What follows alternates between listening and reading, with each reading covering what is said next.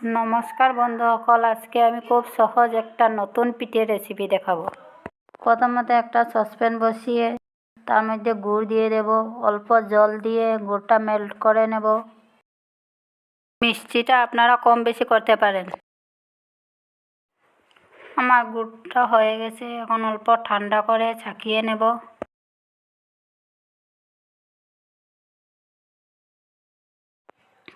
আমি এখন 500 গ্রাম বিরিয়ানি চাউলের গুঁড়ো নিয়েছি। অল্প অল্প গুঁড়ো রস দিয়ে চাউলের গুঁড়োটা ভালো করে মেখে নেব।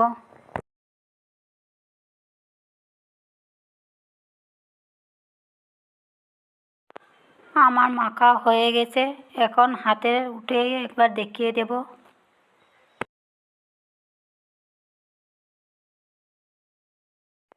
পিঠার ব্যাটারটা এরকম রাখতে হবে।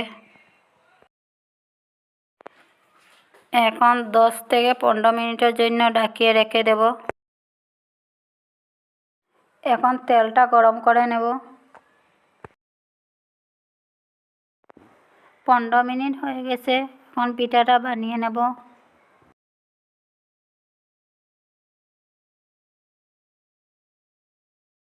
এখন একটা পিঠা বানিয়ে দেখিয়ে দেব।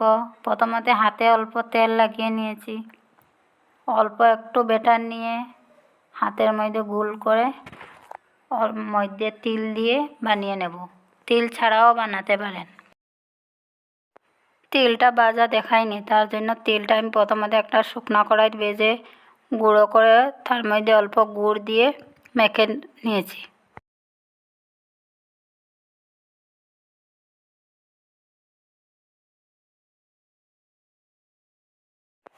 এখন একটা পিঠা ভাজিয়ে দেখিয়ে দেব।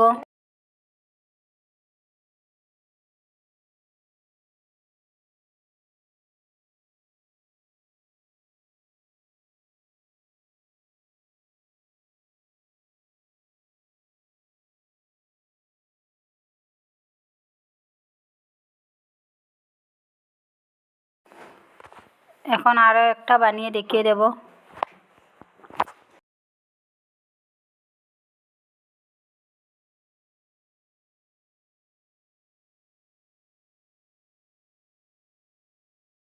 আমার একটা পিঠা ভাজা হয়ে গেছে, বাকি সবগুলো ভেজে নেব।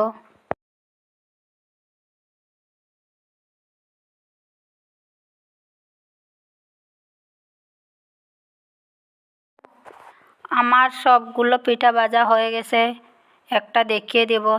দেখতে পাচ্ছেন কত সুন্দর ফুলছে আমার পিঠাটা।